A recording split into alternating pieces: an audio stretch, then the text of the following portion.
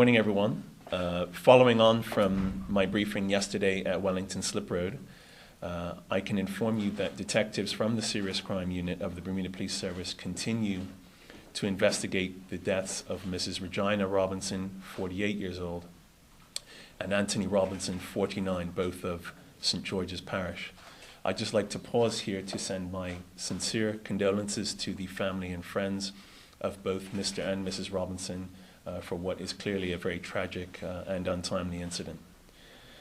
The deaths appear to be as a result of acute wounds to both bodies, and the circumstances of their deaths dictate that a comprehensive and thorough investigation will be conducted. A forensic autopsy will be conducted to determine the precise manner of death. Bermuda Police Service forensic crime scene examiners and doctors from the Central Government Laboratory have examined the scene with close scrutiny, and detectives have gathered evidence, commenced the process of speaking with witnesses, and are also reviewing CCTV footage from the area. We are keenly aware that this incident will have prompted alarm and fear in what is a very closely knit neighborhood.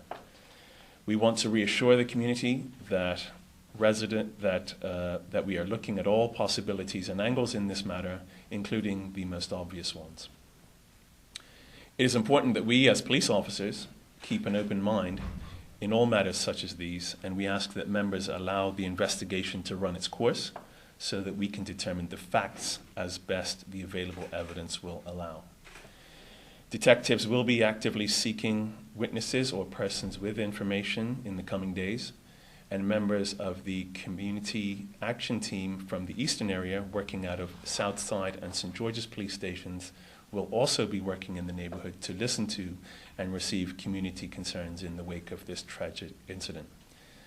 I will now hand over to the officer I have appointed to investigate this matter. He is the Senior Investigating Officer, Acting Detective Chief Inspector Dave Greenwich. Thank you.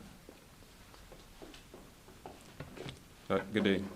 I'd also like to echo the sentiments of Acting Superintendent Pedro. This investigation does have some very unique features to it.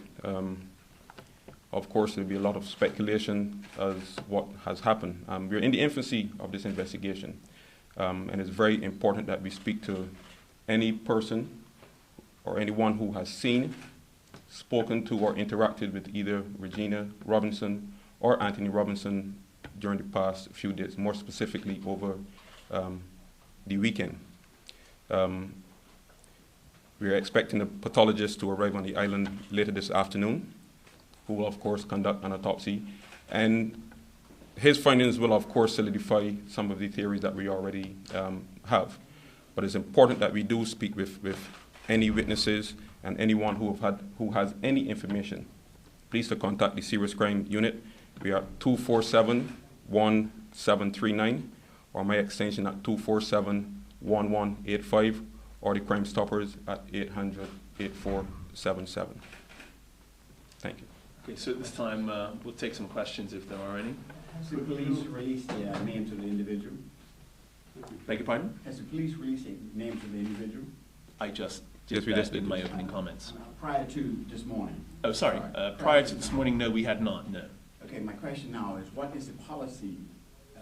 You have other media releasing names and photographs. What is the policy for us, the media, when it comes to those inquiries? Because number one, we couldn't release, everyone knew the names, but we didn't release it last night because it hadn't been released by you. What is your policy for that going forward?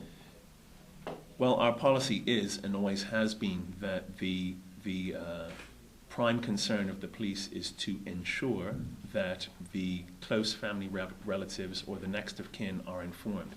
Obviously, if media take it upon themselves to do that, they do so at their own risk.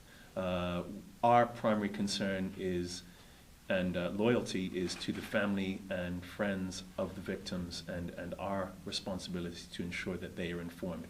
We took a particular decision to not formally release the names until today because we wanted to ensure that all family members had been informed.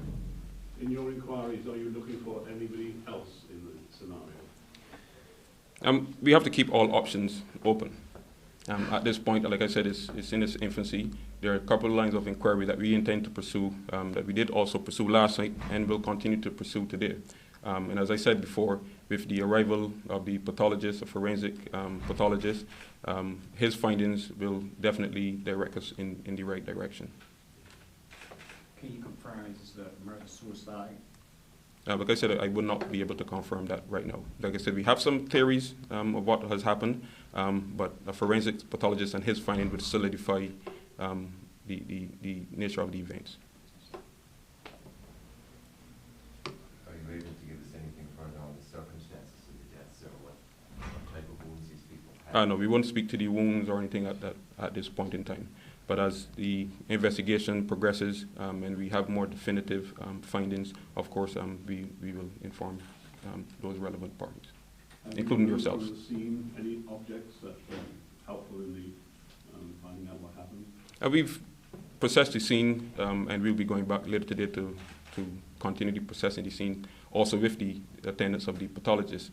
In terms of wounds, in terms of any weapons or any objects, etc., we would not release that information right now. It would be premature and inappropriate to do that. Any final questions? Do the residents of the neighborhood have anything to be concerned about? Sorry.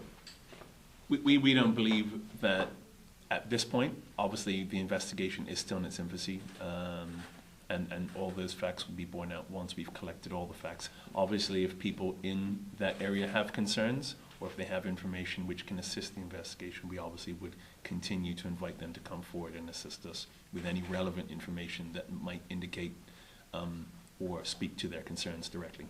How many children were involved? We understand that there are children involved, and they were present at the scene yesterday, and that they are working closely with our family liaison officers on both sides of the family.